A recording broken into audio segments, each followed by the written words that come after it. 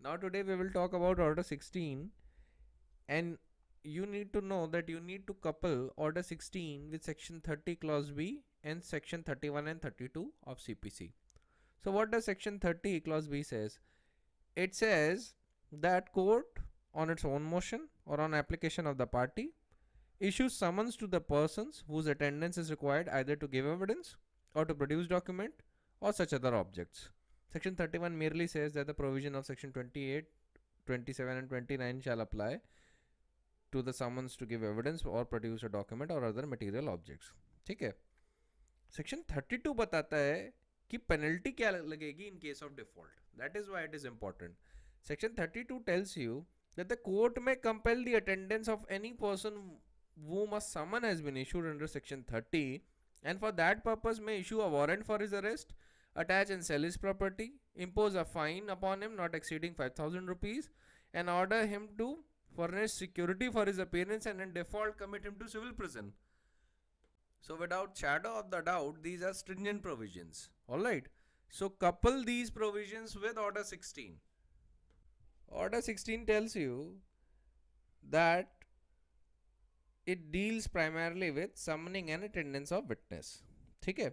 तो इसमें आपके कौन कौन से रूल इंपॉर्टेंट हैं. देखिए, रूल 1 इंपॉर्टेंट है आपका, रूल 6, 7, 7A इंपॉर्टेंट है आपका,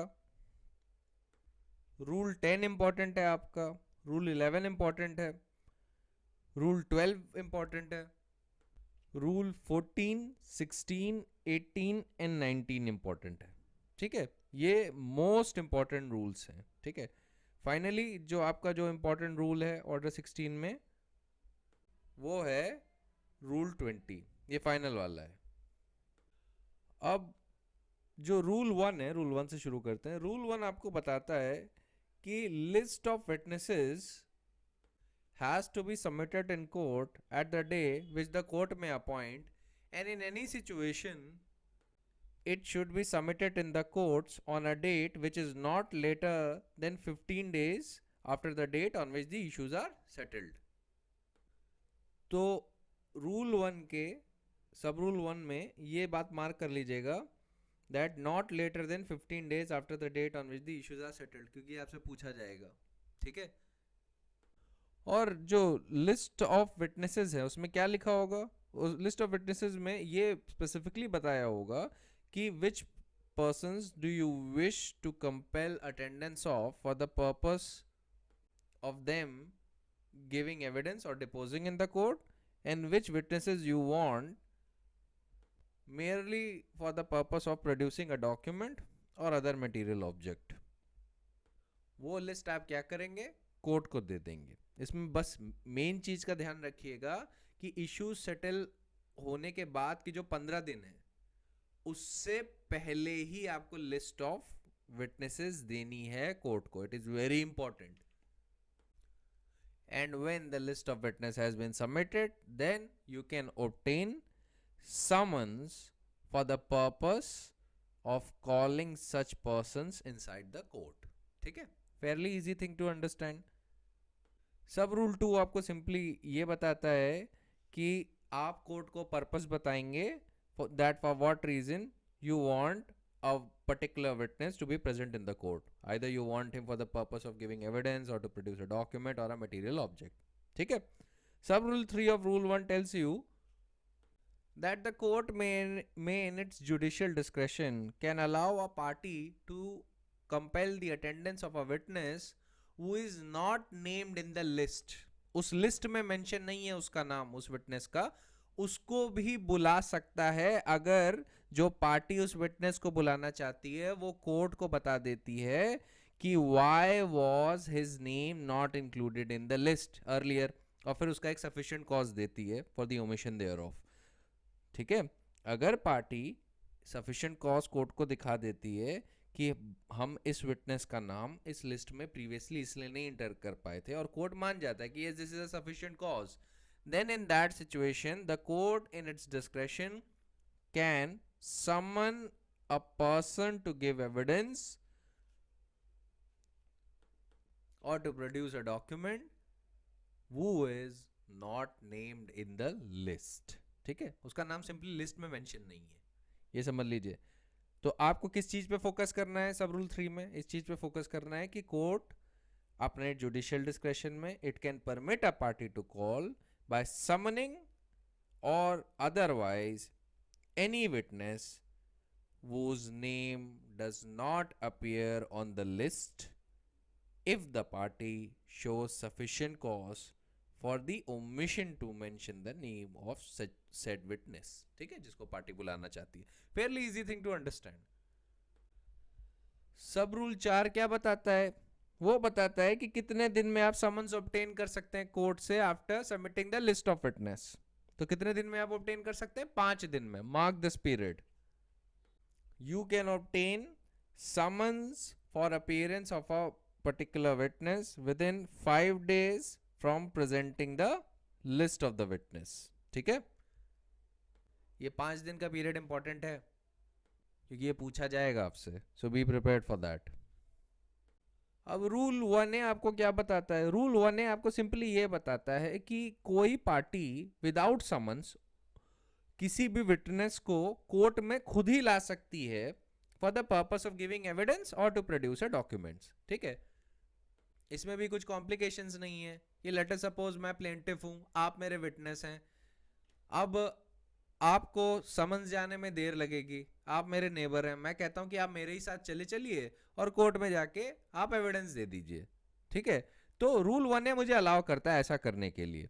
तो यहां पे without even applying for summons, अगर आपका नाम मैंने लिस्ट में मेंशन कर रखा है तो मैं आपको सीधे अपने ही साथ ले आऊं for the purpose of giving evidence और to produce a document as the case may be. ठीक है, रूल 2 एक्सपेंसेस की बात करता है। रूल 2 कहता है कि जो विटनेसेस आ रहे हैं कोर्ट में, तो उनका जो खर्चा होगा उसको सफिशिएंटली देना होगा। ठीक है, इसमें आपको इस चीज पे फोकस करना है कि जो भी पार्टी समन्स के लिए अप्लाई कर रही है, इससे पहले कोर्ट उसे समन ग्रांट करे और किसी भी हाल में from 7 days from the date when you have applied, आपकी एप्लीकेशन से 7 दिन के अंदर आपको जितना भी सम लगता है विटनेस को कोर्ट आने में, ट्रैवलिंग के पर्पस के लिए या दूसरे एक्सपेंसेस जो होते हैं, वो आपको कोर्ट में जमा करने होंगे। जब आप जमा कर देंगे तब कोर्ट जाके क्या करेगा? समन्स ग्रांट कर देगा तब। ठीक है, अब रूल 2 में ये जो 7 दिन का पीरियड है ये आपको मार्क करना है। ये जो लाइन अकर होती है, the party applying for summons shall before summons is granted and within the period to be fixed which shall not be later than 7 days from the date of making the application, इसमें 7 दिन का period mark कर लीजिए, important है। ये जो timeline CPC में जितनी भी ऑकर होती है ना, इस पे जरूर फोकस किया करिए क्योंकि ये पूछा जा सकता है एज इट इज। तो आप अगर मान लीजिए पार्टी टू द सूट हैं, लेट अस सपोज आप प्लेंटिफ हैं और आप चाहते हैं कि कोई पर्टिकुलर विटनेस आए कोर्ट में, तो आपको उस विटनेस के आने जाने का खर्चा देना होगा। अच्छा, कितने दिनों का खर्चा देना होगा? 1 days अटेंडेंस का। ठीक है, 1 days अटेंडेंस का आपको खर्चा देना होगा। अब मान लीजिए आपके जो विटनेस है वो एक्सपर्ट विटनेस है, किसी पर्पस के लिए चाहिए एक्सपर्ट विटनेस, तब आपको सफिशिएंट रेन्यूमरेशन के लिए एक स्पेसिफिक सम डिपॉजिट करना होगा, क्योंकि कभी कभी केस में एक्सपर्ट एविडेंस भी लिया जाता है and there are multiple scenario जिसमें लिया जा सकता है। अब स्केल ऑफ एक्सपेंसेस कौन डिसाइड करेगा? तो स्केल ऑफ एक्सपेंसेस डिसाइड करेगा हाई कोर्ट। ठीक है, it shall be the high court who shall frame rules in that behalf. अगर आप हाई कोर्ट से नीचे आते हैं तो आपको उन्हीं रूल्स के हिसाब से चलना पड़ेगा जो हाई कोर्ट ने फ्रेम किए हैं उस पर्पस में। सब rule 4 of rule 2 is directly telling you कि जितने भी एक्सपेंसेस हैं वो डायरेक्टली किसको पे किए जाएंगे? विटनेस को पे किए जाएंगे। फिर it says that where summons is served directly by the party on a witness, the expenses referred to in sub rule 1 shall be paid to the witness by the party or his agent। अब एक चीज का ध्यान रखिएगा कि rule 2 का सब rule 4 कब अप्लाई करेगा? रूल 2 का सब रूल 4 तब अप्लाई करेगा जब पार्टी ने खुद समन सर्विस किया है, और वो कहां होता है? रूल 7A में होता है। तो जब रूल 7A का प्रोसीजर एग्जीक्यूट हुआ है तो ऐसी सिचुएशन में what would happen? In that situations, the party or his agent shall directly pay the sum to the witness. वरना कोर्ट में जमा होता है तो कोर्ट खुद ही दे देता है. लेकिन जहां पे किसी पार्टी ने या प्लेंटिफ ने, लेटर सपोज आप प्लेंटिफ हैं, थोड़ा समझने में आसानी होगी, तो रूल 7A से कंप्लाई करने के बाद आपने डायरेक्टली उसे समन्स दे दिया. ठीक है, आपने कोर्ट से समन लिया, आप खुद गए, विटनेस को दे दिया. अब विटनेस को जब आपने दे दिया तो रूल 2 का सब रूल 4 क्या कहता है आपसे कि जो उसके एक्सपेंसेस होंगे, जो आने जाने में होंगे, ट्रैवलिंग एक्सपेंसेस, वो किसको देना होगा? वो आपको डायरेक्टली विटनेस को देना होगा. ठीक है, now let us move further. Rule 3 पे आ जाते हैं. ये सिंपल छोटी सी बात ये करता है कि जो भी एक्सपेंसेस जो कोर्ट में डिपॉजिट किए गए हैं वो विटनेस को पे किए जाएंगे. ठीक है, जो भी उसके जो ट्रैवलिंग एक्सपेंसेस हैं, या अगर वो एक्सपर्ट विटनेस है तो जो भी रीजनेबल रेन्यूमरेशन है वो उसको पे की जाएगी, जो भी कोर्ट में डिपॉजिटेड है, नथिंग एल्स. रूल 4 पे आ जाते हैं. ये उस प्रोसीजर की बात करता है जब इनसफिशिएंट सम पे हुआ है. What happens when insufficient sum has been paid?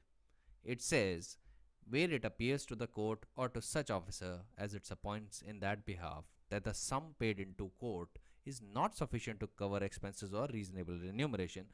जब कोर्ट या किसी ऑफिसर को जो उस पर्पस के लिए अपॉइंट हुआ है उसको लगता है कि जो सम आपने डिपॉजिट किया है that is not sufficient to cover expenses or reasonable remuneration of the witness that you want to be summoned.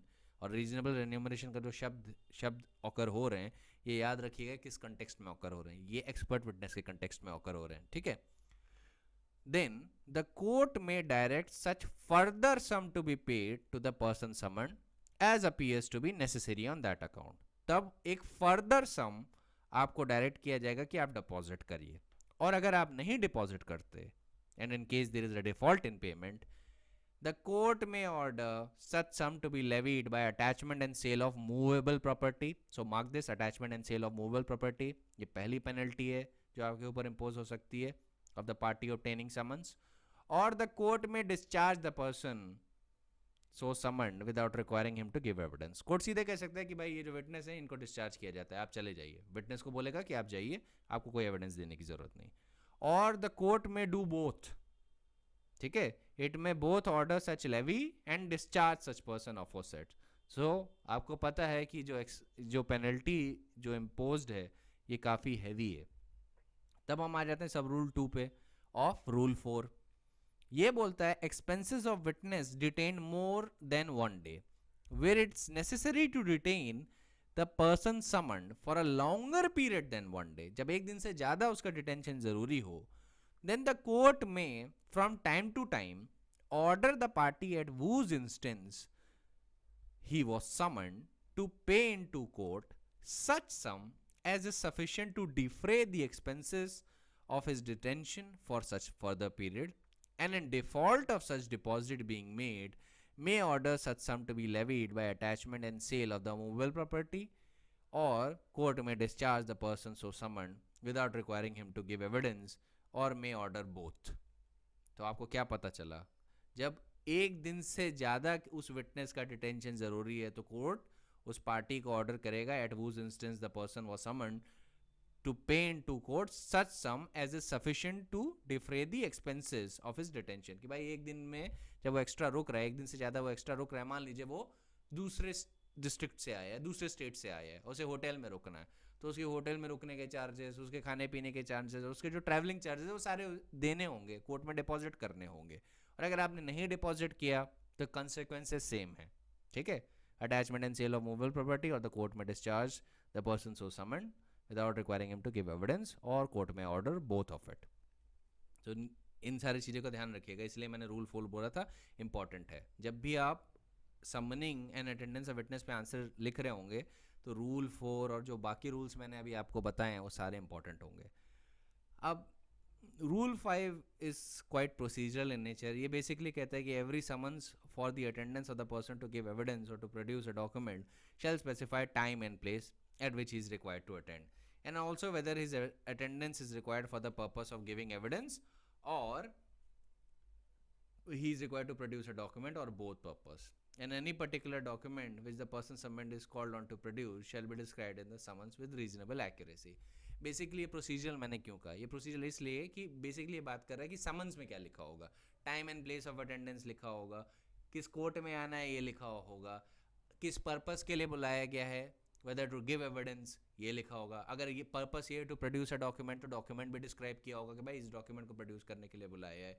और अगर witness has been called just to produce the document तो ये भी डिस्क्राइब किया होगा कि भाई आपकी पर्सनल अटेंडेंस ज़रूरी है या नहीं. क्योंकि when a witness is called to produce a document merely तो अक्सर ये होता है कि कोर्ट कह देता है कि आप डॉक्यूमेंट या तो खुद प्रोड्यूस कर दीजिए या किसी से भिजवा दीजिए, आपकी पर्सनल अटेंडेंस ज़रूरी नहीं है. पर कभी कभी क्या होता है कि जो पर्सन डॉक्यूमेंट प्रोड्यूस कर रहा है उसे एविडेंस भी देना होता है. तो ऐसी सिचुएशन में कोर्ट कहता है कि नहीं आप खुद भी आइए और डॉक्यूमेंट को लेके आइए. ठीक है, ऐसे केस में पर्सनल अटेंडेंस ज़रूरी हो जाती है. Let us move on to Rule 6. It says summons to produce document. Any person may be summoned to produce a document without being summoned to give evidence, and any person summoned merely to produce a document shall be deemed to have complied with the summons if he causes such document to be produced instead of personally coming to produce the same. Rule 6 आपको छोटी सी बात ये बताता है, अभी जो मैंने आपको बताया कि जब एक पर्सन को सिर्फ डॉक्यूमेंट प्रोड्यूस करना है और कुछ नहीं. मान लीजिए मैं कोर्ट हूँ, जज हूँ, मैंने आपको बुलाया कि आपके पास एक पर्टिकुलर टाइटल डीड है या एक अग्रीमेंट है जो रेलेवेंट है सूट के पर्पस के लिए, तो आप प्रोड्यूस करिए. ठीक है, अब आपको कोई पर्सनल एविडेंस देने के लिए मैंने नहीं बुलाया है. तो बेसिकली आप क्या कर सकते हैं, या तो आप खुद डॉक्यूमेंट ले आए या आप अपने एजेंट को कह दें कि जाओ वो डॉक्यूमेंट कोर्ट में दे आना. तो ऐसे सिचुएशन में यू शैल बी डीम्ड कि आपने समन से प्रॉपरली कंप्लाई किया है. क्योंकि जब मैंने आपको सिर्फ डॉक्यूमेंट प्रोड्यूस करने के लिए बुलाया है तो ऐसी सिचुएशन में आपकी पर्सनल अटेंडेंस जरूरी नहीं है. You just have to comply with the summons. How do you comply with the summons? You just send the document to me. ठीक है, बाय वन वे और the another.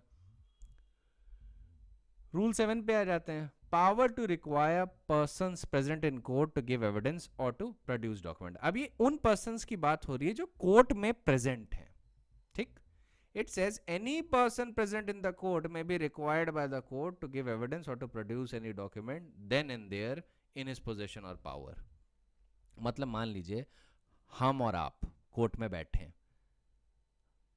As a witness, नहीं, हम और आप बस कोर्ट में बैठे हैं और कोर्ट को लगता है कि भाई किसी पर्पस के लिए हमारा एविडेंस बड़ा ज़रूरी है, या हम में से किसी एक के पास या दोनों के पास कोई ऐसा डॉक्यूमेंट है जिसकी रेलेवेंस बहुत ज़्यादा है कोर्ट के सूट के पर्पस के लिए. तो कोर्ट क्या कहेगा? कोर्ट रूल 7 की जब पावर एक्सरसाइज करेगा तो सीधे बोलेगा कि आप वो डॉक्यूमेंट प्रोड्यूस करिए जो भी आपकी पोजीशन और पावर में है and it is relevant to the suit, या आप वो एविडेंस दीजिए which is relevant to the suit. ठीक है, ये कोर्ट कर सकता है. अब यहाँ पे ये किस पे अप्लाई होगा? To the persons who are present in the court. ठीक है, ये उनकी बात हो रही है. अब हम आ जाते हैं रूल 7A पे. ये उस सिचुएशन की बात करता है कि जब आप पर्सनली पार्टी पे समन डिलीवर करते हैं. ठीक है, आप खुद ही पार्टी पे समन डिलीवर कर देते हैं, कोर्ट से नहीं जाता है वो. इट सेज द कोर्ट में on the application of any party for the issue of summon for attendance of any person permit such party to effect service of such summons on such person and shall in such case deliver the summons to such party for service. तो basically it is saying कि usually court के through समन जाता है. Rule 7 allow करता है कि आप personally समन deliver कर दें पार्टी पे. ठीक है, ऐसा ही सिमिलर रूल आपको मिला था ऑर्डर 5 में भी, रूल 9A में. तो ये काफी कुछ उससे मिलता जुलता है. ठीक है, यहाँ पे आप क्या करते हैं कि मान लीजिए कि आप प्लेंटिफ हैं, है ना. अब आपको पता है कोर्ट के थ्रू समन्स जाएगा, देर लगेगी, आप नेबर हैं उसके, तो आप कहते हैं कि प्लीज़ हम ही समन डायरेक्टली डिलीवर कर देते हैं पार्टी पे. आप समन ले जाते हैं, डायरेक्टली अपने नेबर को दे देते हैं कि भाई आपको इस डेट को इस टाइम पे आना है. ठीक है, तो ये जो समन आपने डिलीवर किया है ये आपने रूल 7A के अंडर डिलीवर किया है. अब सब रूल 2 देखते हैं. रूल 7A का क्या कहता है? ये कहता है service of such summons shall be effected by or on behalf of such party by delivering or tendering to the witness personally a copy thereof signed by the judge or such officer as the court as may appoint in that behalf sealed with the seal of the court. अभी procedural बात है कि summons में क्या क्या होगा, जज का साइन होगा, सील होगी, एसेट्रा एसेट्रा. इतना इंपॉर्टेंट नहीं है ये, बस एक बार पढ़ लीजिएगा, ध्यान में रखिएगा कि समन्स में होता क्या क्या है. ठीक है, अगर आप समन्स अगर अपनी ज़िंदगी में अगर आप एक बार भी देख लेंगे तो बेसिकली आपको ये एज इट इज़ रीड नहीं करना पड़ेगा. उसमें जज का साइन सील, अगर मान लीजिए जज पर्सनली ने किसी को और को ऑथराइज़ किया है, किसी ऑफिसर ऑफ द कोर्ट को ऑथराइज़ किया है कि आप समन्स भेजेंगे तो उसका साइन होता है. ठीक है, तो it is not such a complex thing. Bye the वे एक चीज़ का ध्यान रखिएगा कि जो ऑथराइज्ड ऑफिसर है ये ज़्यादातर हाई कोर्ट के कंटेक्स्ट में होता है, सबऑर्डिनेट कोर्ट के कंटेक्स्ट में नहीं होता है. It's often the high court जो कभी कभी रजिस्ट्रार जनरल को ऑथराइज कर देता है कि यू सेंड द समन्स और आप अपना पर्सनल साइन करिए. ठीक है, लेकिन जो सबऑर्डिनेट कोर्ट की सिचुएशन में क्या जनरली होता है, सबऑर्डिनेट कोर्ट की सिचुएशन में आप जनरली देखेंगे कि इट इज़ द जज himself which is signing the summons. ठीक है, इनफैक्ट मैं अपनी पर्सनल कैपेसिटी में बता रहा हूँ कि मैंने अपनी लाइफ में और through out my experience in the court which spans for almost 7 years, इस पूरे टाइम में मैंने अभी तक सबऑर्डिनेट कोर्ट के जज के अलावा किसी और को साइन करते हुए नहीं देखा है समन्स. आप हमेशा देखेंगे it is only the subordinate जज which is signing the summons. जब भी चाहे वो डिस्ट्रिक्ट जज हो या आपका उसके लोअर कैटेगरी हो, सिविल जज जूनियर या सीनियर डिवीजन, वो पर्सनली साइन करते हैं. ये सिर्फ हाई कोर्ट के कंटेक्स्ट में मैंने देखा है कि हाई कोर्ट के जज जो होते हैं वो ऑथराइज कर देते हैं ऑफिसर को. ठीक है, नंदलेस फिर आगे क्या है कि उस पर एक सील भी होगी और फिर एक कॉपी साथ में भी होती है जो पर्सनली डिलीवर की जाती है, एसेट्रा एसेट्रा. तो it is also procedural in nature.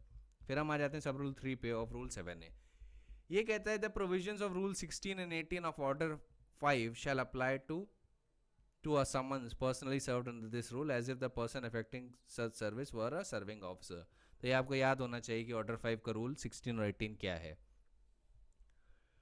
अब हम आ जाते हैं रूल सब रूल 4 पे. ये कहता है if such summons when tendered is refused or if the person served refuses to sign and acknowledgement of service or for any reason such summons cannot be served personally, the court shall on the application of the party reissue the summons to be served by the court in the same manner as summons to defendant. तो basically क्या है कि जब personal service impossible हो जाती है bye one reason और the other as is laid down in rule 4, तो कोर्ट शैल री इशू द समन. कोर्ट खुद की पावर में री इशू करेगा. फिर आ जाते हैं सब रूल 5 पे. Where the summon is served by the party under this rule, the party shall not be required to pay the fees otherwise chargeable for service of summons.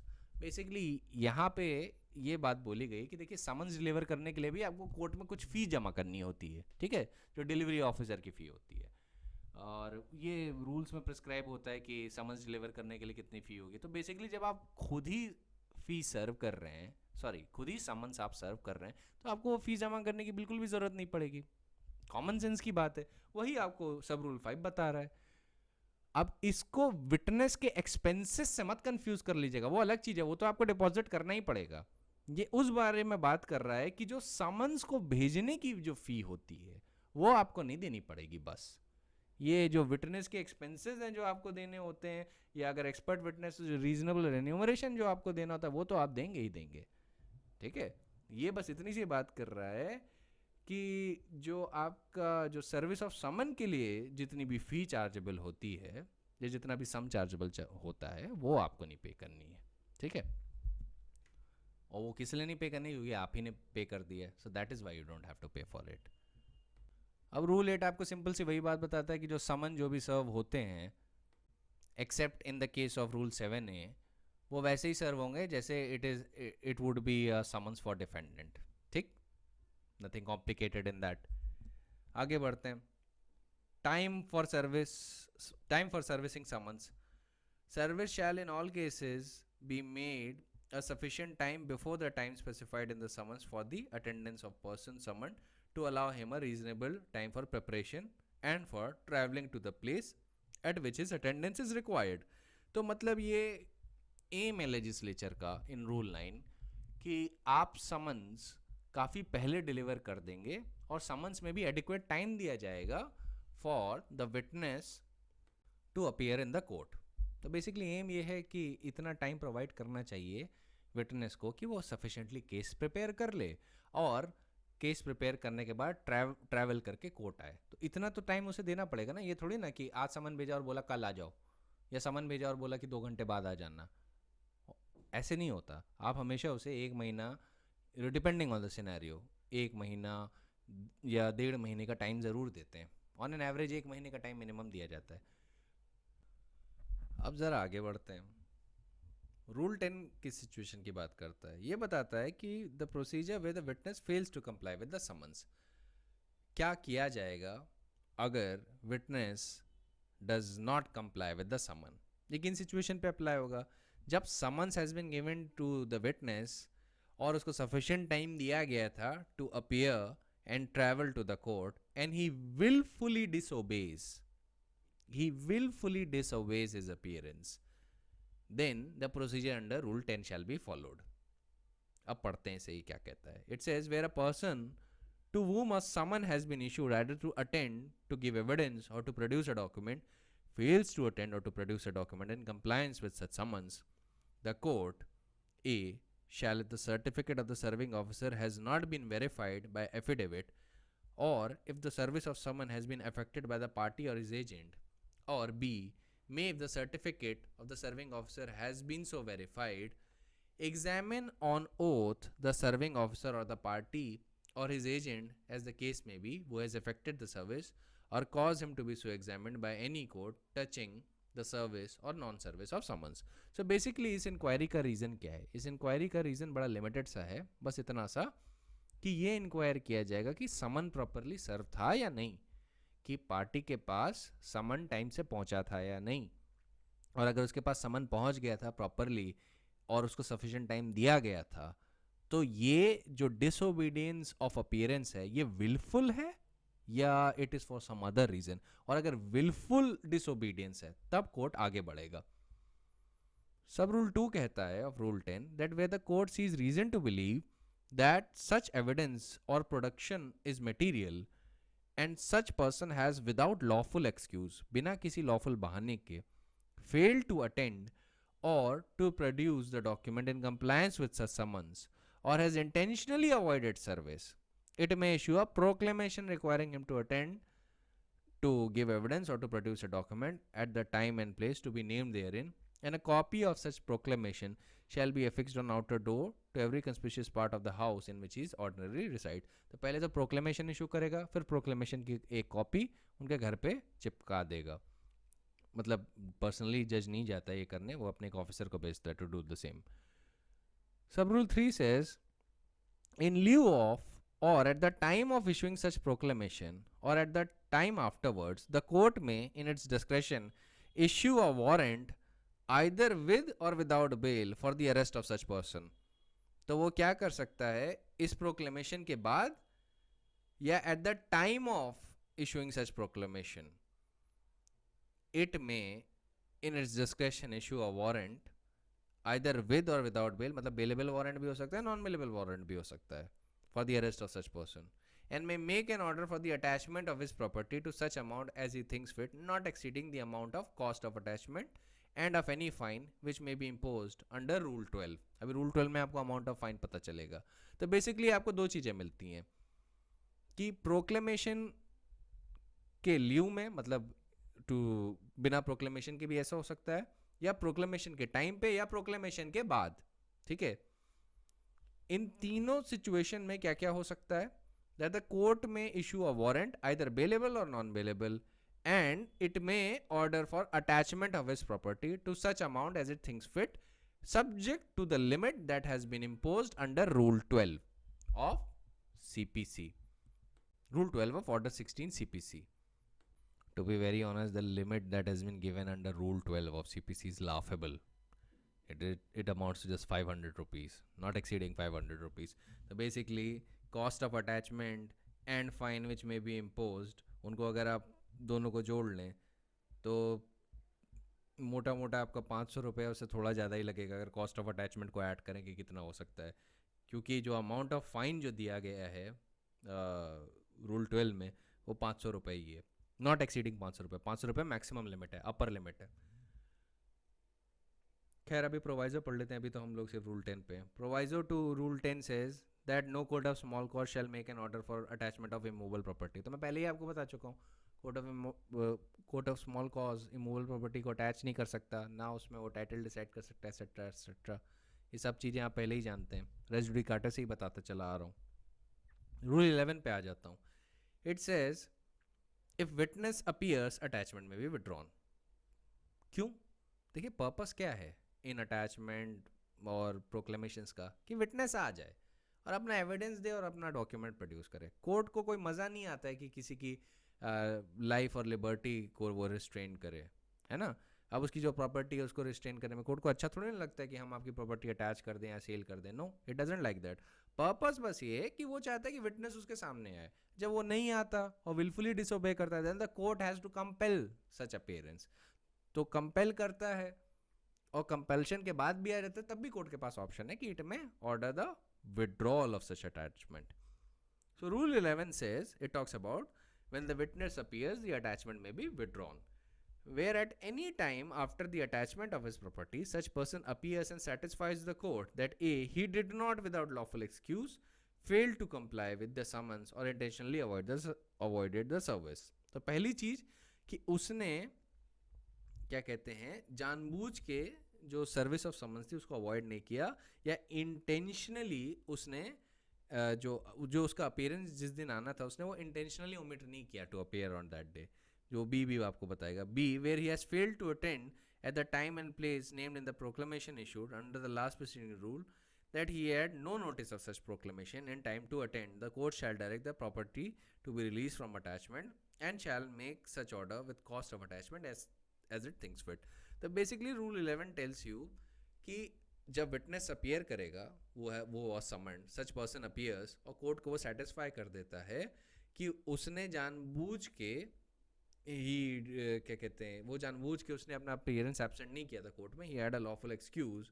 और साथ ही साथ अगर प्रोक्लेमेशन अगर इशू किया गया है तो फिर यहाँ पे वो बता देता है कि मुझे पता ही नहीं था कि मेरे खिलाफ प्रोक्लेमेशन है। तो ऐसी सिचुएशन में when the court is satisfied then the court shall direct कि जो भी प्रॉपर्टी उसने अटैच की है वो उसका अटैचमेंट वो विड्रॉ कर ले। लेकिन एक चीज़ का ध्यान रखिए, जो कॉस्ट ऑफ अटैचमेंट है ना वो तब भी देना पड़ेगा, कॉस्ट ऑफ अटैचमेंट देना पड़ेगा। कोर्ट वो खर्चा अपने सर पे नहीं बेयर करता, that has to be paid. ठीक है, इस चीज़ का ध्यान रखिएगा। अब क्लॉज ए में विटनेस क्या क्या ग्राउंड ले सकता है रूल 11 के, कि भाई वो ये बता सकता है कि वो बहुत बीमार था, उसका एक्सीडेंट हो गया था, या लेट अस सपोज किसी और कोर्ट के ऑर्डर के अंदर वो अरेस्ट था, या पुलिस वाले ने उसे अरेस्ट करके थाने में रख दिया था, इसी वजह से वो नहीं आ पाया। न्यूमरस रीज़न हो सकते हैं, कोई एक रीज़न नहीं हो सकता। ठीक है, क्लॉज ए में तो उसको आप सफिशिएंट कॉज वाले जो पॉइंट्स मैंने बताए थे आपको, क्या कहते हैं ऑर्डर 13 के रूल 9 के कंटेक्स्ट में, जब मैं आपको बता रहा था रूल 9 और 13 के भी कंटेक्स्ट में मैंने आपको बताया था कि क्या क्या चीज़ें सफिशिएंट कॉज में आ सकती हैं। ऑर्डर 9 के रूल 9 और 13 के कंटेक्स्ट में मैंने को सफिशिएंट कॉज में थोड़ा एलैबोरेशन किया था। तो वैसे पॉइंट जितने भी मिलते जुलते हैं वो आप बता सकते हैं। आप बता दीजिए हड़ताल हो गई थी तो फिर वो इतना जाम में फंस गया था कि वो पूरे दिन जाम में फंसा रहा 12 घंटे, या लॉकडाउन इम्पोज हो गया था, या कर्फ्यू इम्पोज हो गया था जिस वजह से नहीं आ पाया। तो ऐसे में वो सारी चीज़ें लॉफुल एक्सक्यूज़ की कैटेगरी में चली जाएंगी। ठीक है, for the purpose of rule 11। तो ये मैं क्लॉज ए के कंटेक्स्ट से बात कर रहा हूँ। और प्रोक्लेमेशन के कंटेक्स्ट में क्या चीज़ें हैं वो ये सीधे बता सकता है he had no notice of proclamation. ठीक है, और ये दोनों चीज़ें आप कोर्ट को लेके सेटिस्फाई कर दीजिए तो कोर्ट क्या बोलेगा कि अटैचमेंट विड्रॉ कर लेते हैं, लेकिन कॉस्ट ऑफ अटैचमेंट देने पड़ेंगे। somebody has to pay the cost of attachment. Then we come to rule 12. It is procedure if the witness fails to appear.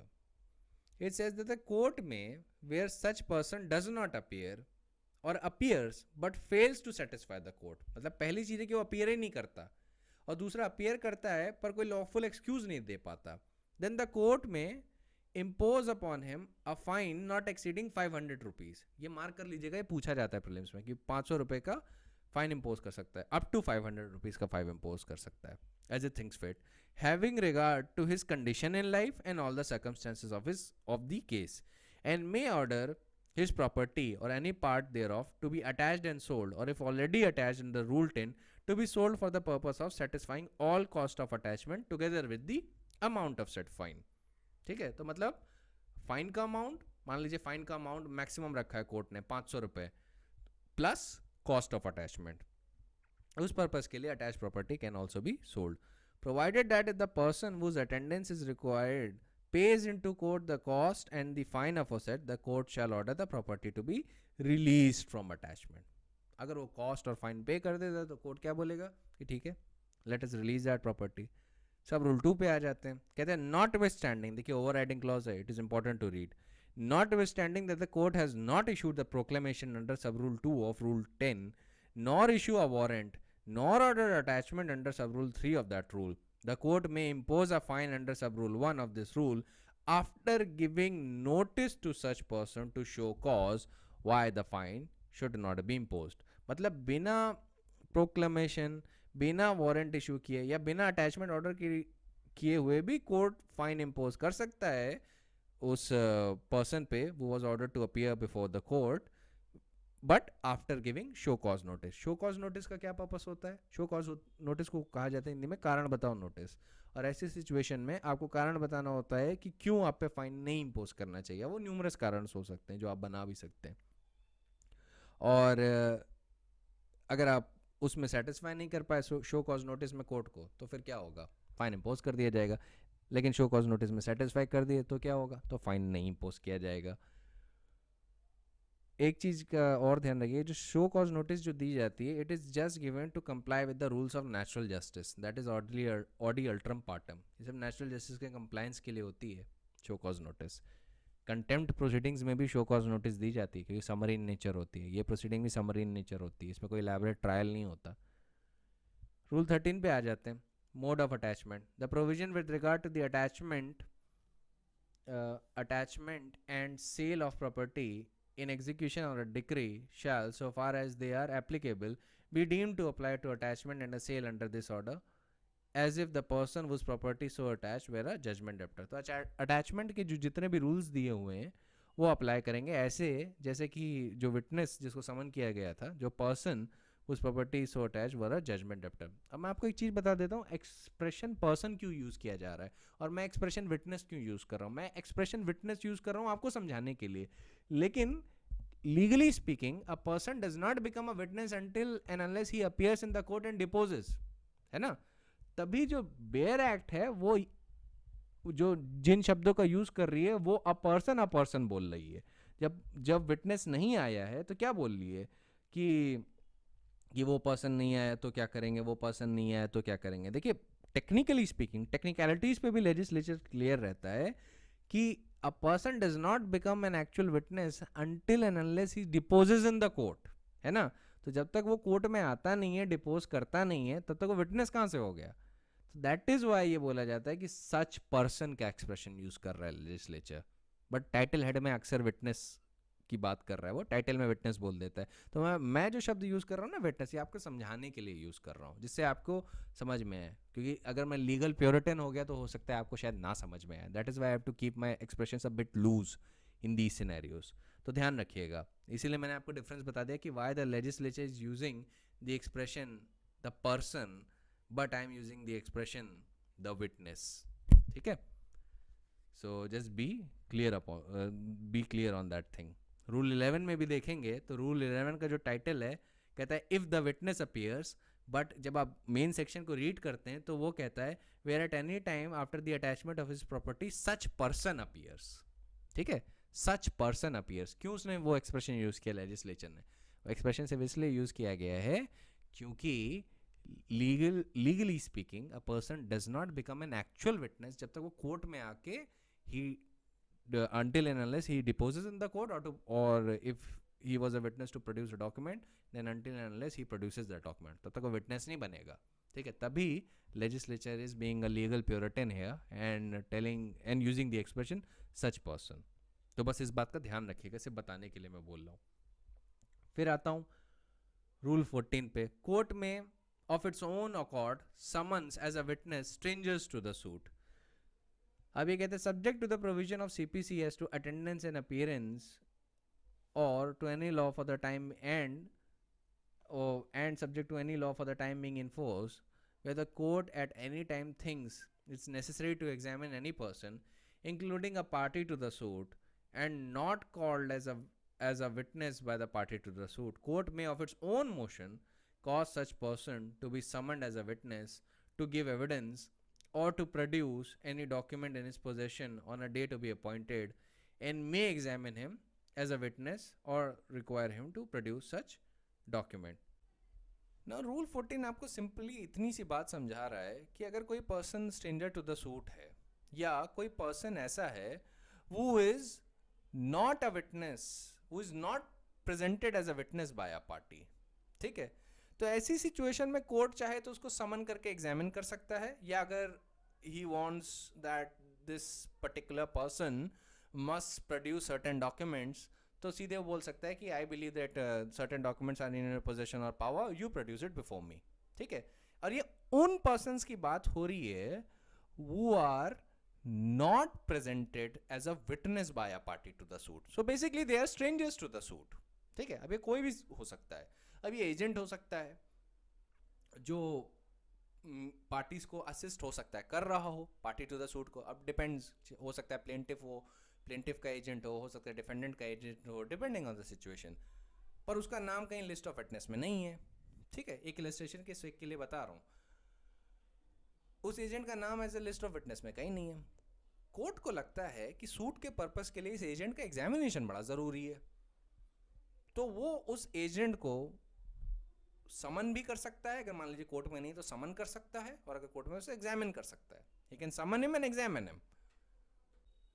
और मान लीजिए अगर कोर्ट को लगता है कि नहीं, I want to summon this particular person for the purpose of producing the document, तो बोलेगा एजेंट से कि आप वो डॉक्यूमेंट जो आपके पोजीशन और पावर में है वो प्रोड्यूस करिए मेरे सामने. ये सिंपली वो कह सकता है, ठीक है. अच्छा, इस एग्जामिनेशन में पार्टी टू द सूट भी आता है, इस रूल के एम्बिट में पार्टी टू द सूट भी आता है. क्यों पार्टी टू द सूट आता है? बेसिकली इसलिए आता है क्योंकि इट इज़ नॉट नेसेसरी कि हर केस में लिस्ट ऑफ विटनेस में पार्टी का भी नाम हो. आप अक्सर देखेंगे कोर्ट में कि जो लिस्ट ऑफ विटनेस हैं उनमें पार्टी का नाम नहीं है. तो ऐसी सिचुएशन में अगर पार्टी टू द सूट का मेंशन नहीं है उसमें, तो कोर्ट क्या कर सकता है, वो पार्टी टू द सूट को भी एग्जामिन कर सकता है, ठीक है. उनको भी एग्जामिन कर सकता है कि चलिए हम आपको एग्जामिन करना चाहते हैं. पार्टी टू द सूट कौन हो सकता है, प्लेंटिफ या defendant, depending on the scenario. तो ये पावर कब एक्सरसाइज की जा सकती है?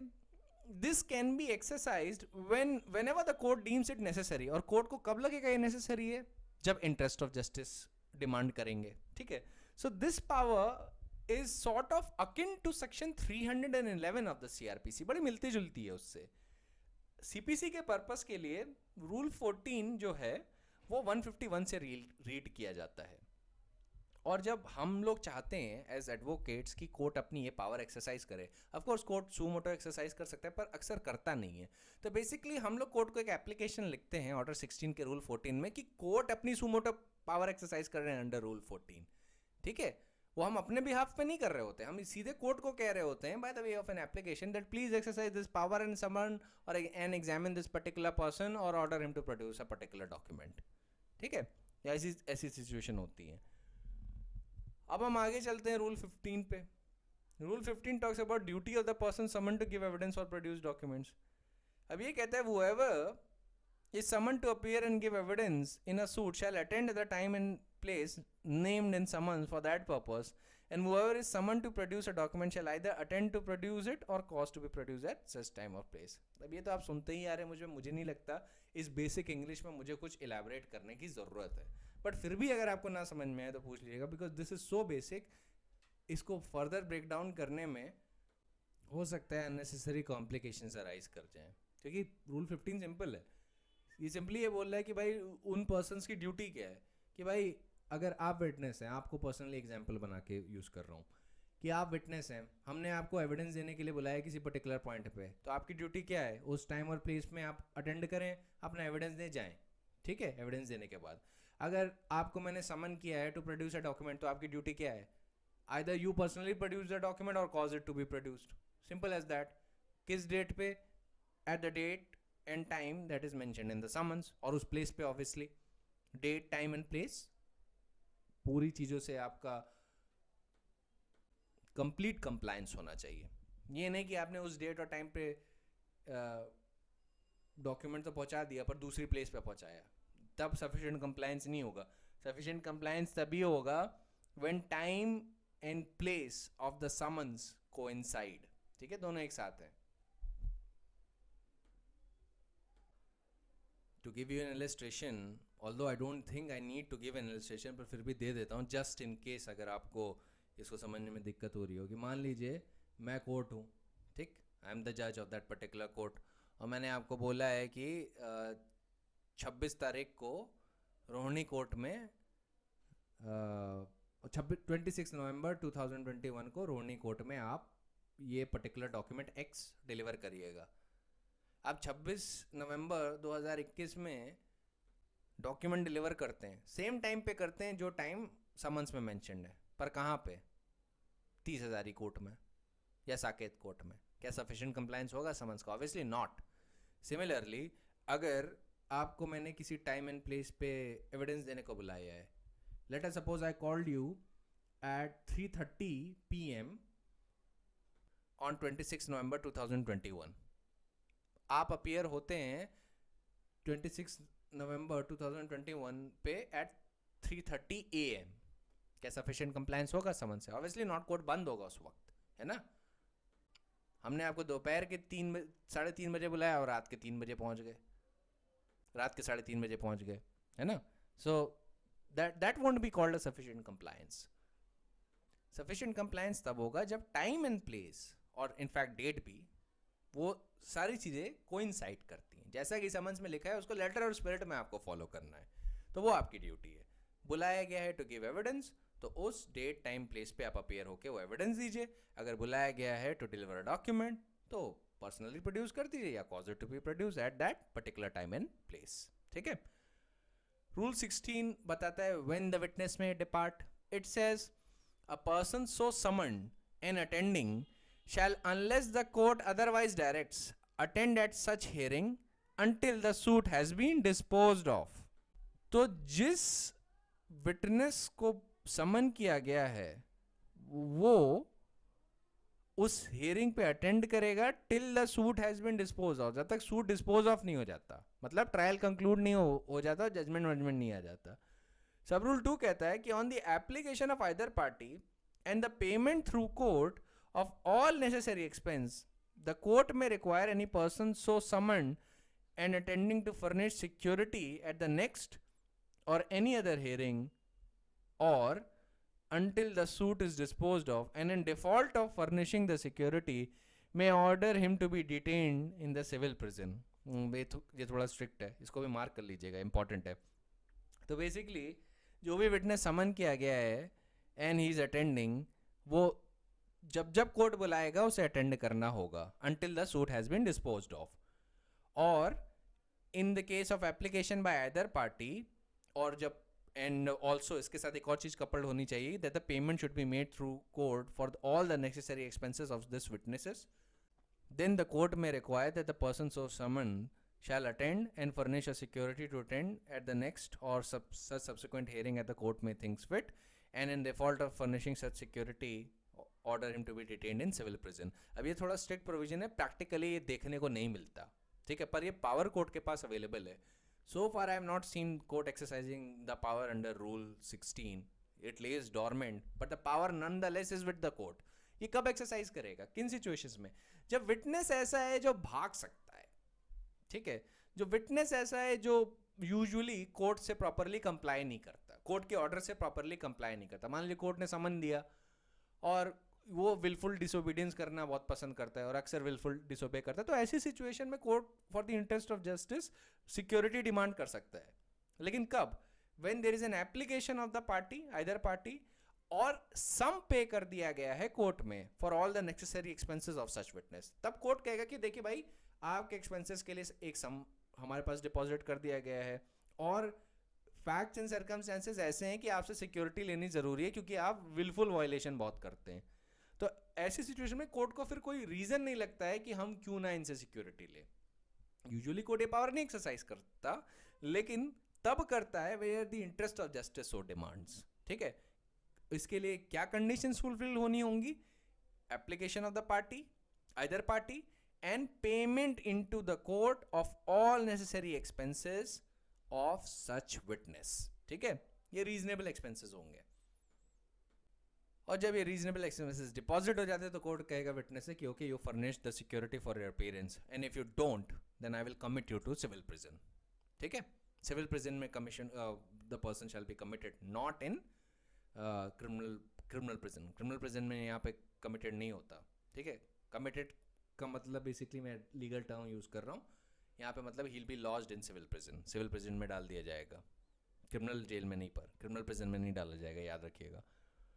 रूल 17 पे आ जाते हैं, एप्लीकेशन ऑफ रूल्स 10 to 13।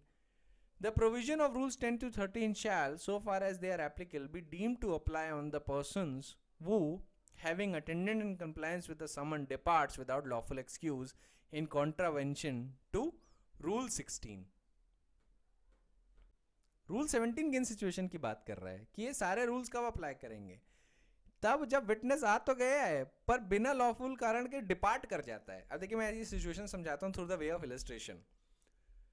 मान लीजिए आप विटनेस हैं, ठीक, मैं जज हूँ, मैंने आपको बुलाया था to appear and give evidence on a particular time. ठीक है, लेट अस सपोज आपका एग्जामिनेशन होना था 3:30 बजे, मैंने आपको 3:30 बजे प्रेजेंट रहने को कहा था। आप 12 बजे आ गए, 12 बजे आ गए आप, और आप कोर्ट में अपने टर्न का वेट कर रहे हैं कि कब 3:30 बजेगा और मैं एग्जामिन करूंगा।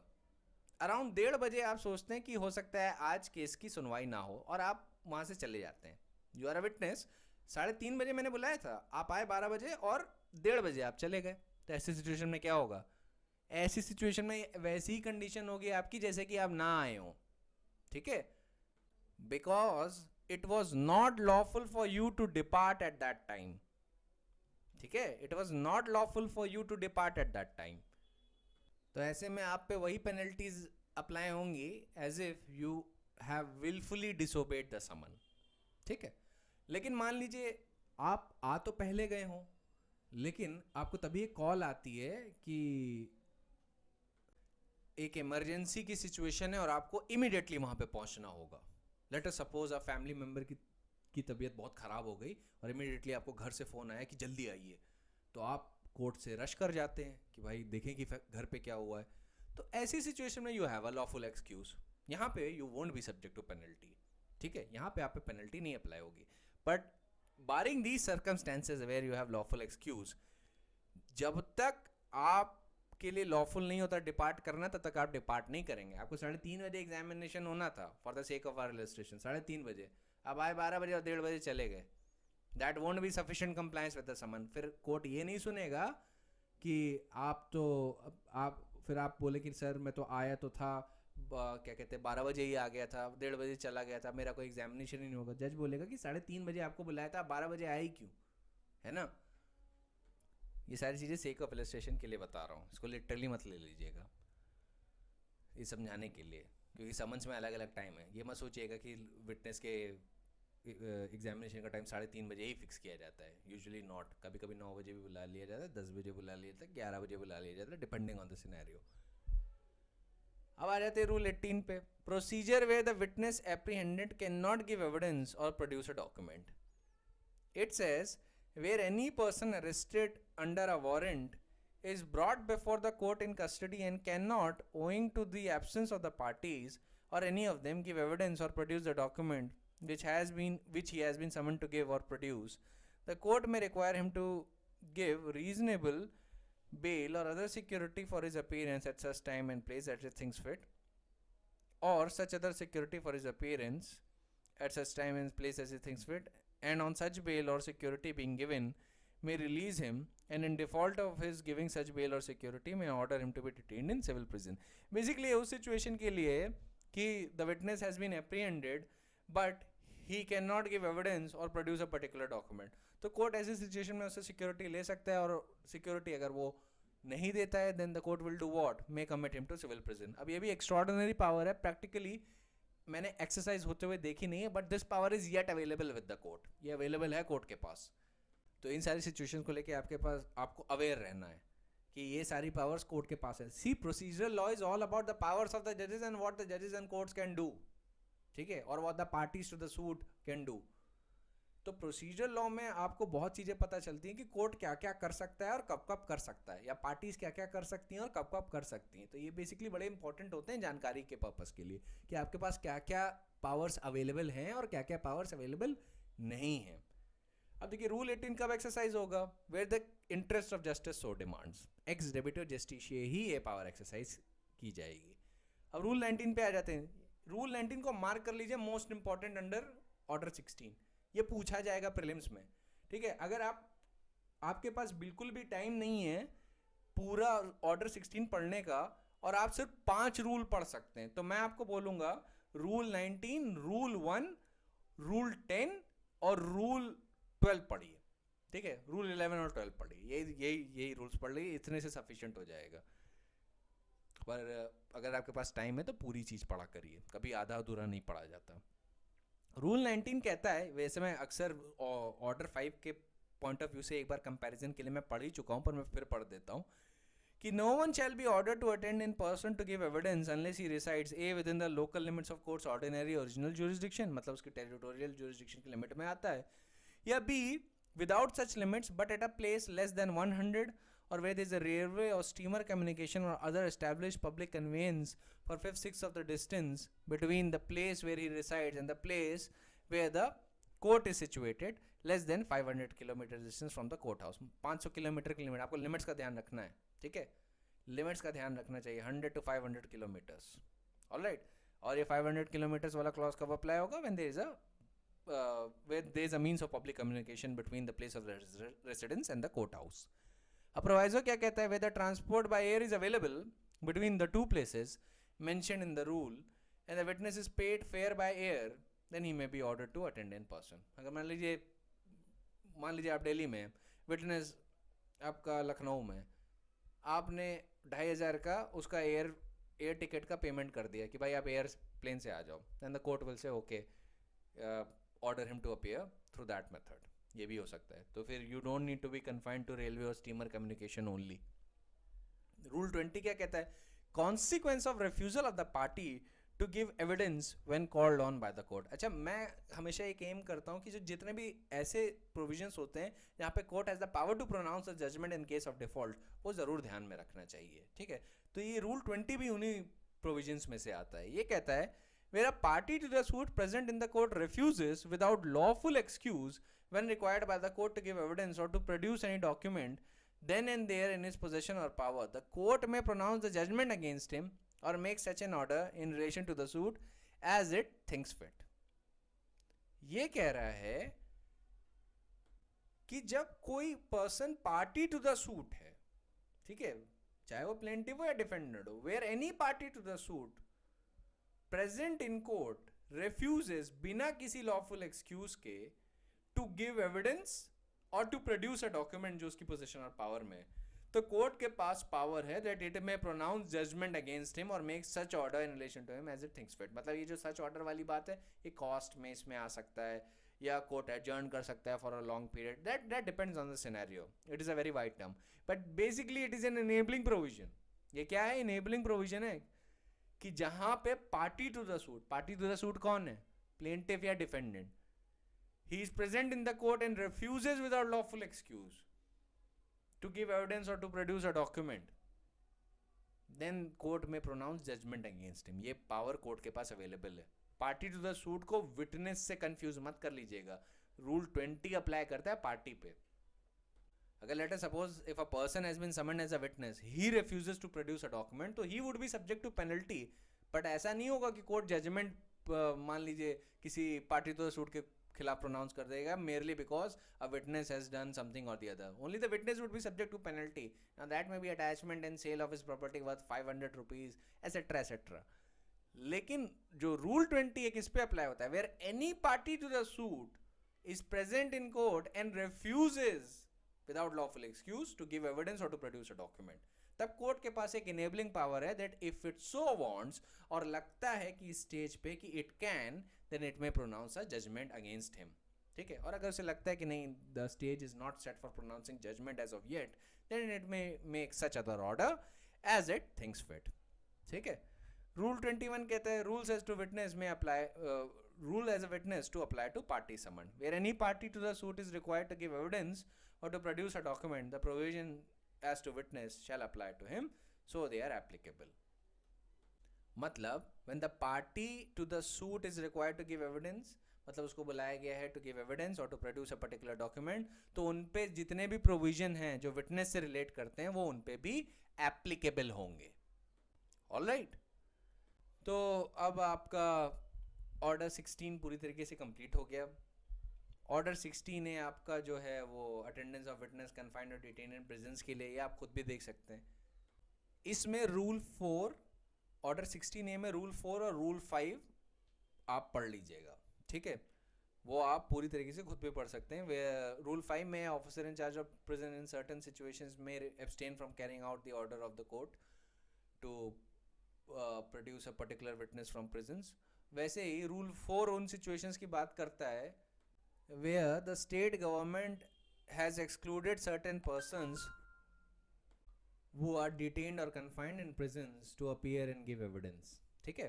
अब वो ऐसे लोग हो सकते हैं जिनका release would be the danger to the society, या बहुत सारे ग्राउंड्स हो सकते हैं. मान लीजिए कोई पर्सन ट्रेडेड टेररिस्ट है, उसका सिविल केस में एविडेंस लेना है, तो ऐसे में स्टेट गवर्नमेंट ऐसी कैटेगरी का एक्सक्लूड कर सकती है कि नहीं भाई इनको नहीं प्रेजेंट किया जाएगा, इनको बाहर नहीं लाएगा, क्योंकि बाहर इनको लाने में खतरा हो सकता है.